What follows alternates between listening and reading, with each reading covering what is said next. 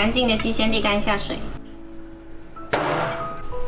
鸡头跟鸡屁股都给它去掉，不要。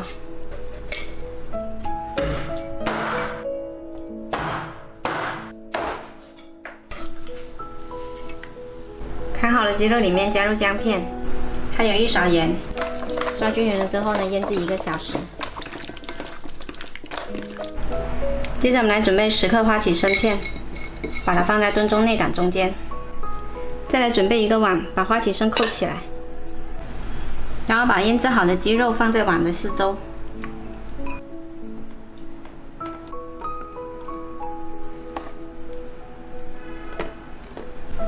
姜片也摆进来，在锅盖上呢，再盖上一张保鲜膜，把它密封起来，放在炖盅里面炖3个小时。我们再来切一把葱花，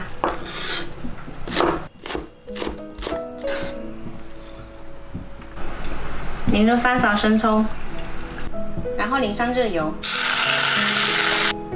我们这碗葱油酱就做好啦。好了，我们的鸡蒸好啦，再把这层保鲜膜给它撕开来。哇！再来取一个砂锅，把鸡肉夹过来。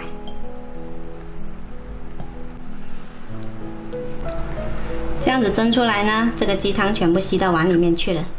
这个就是最近很火的这个低鸡汤的做法。这样蒸出来呢，鸡的汤汁都在这里面。这是一款浓缩鸡汤，特别的甜。喝的时候呢，再加一点点开水，特别的滋补的哦。放在砂锅里的鸡呢，我们再开个火，给它焗一下。加热到锅噼里啪啦响的时候呢，就把这个葱油酱淋上来。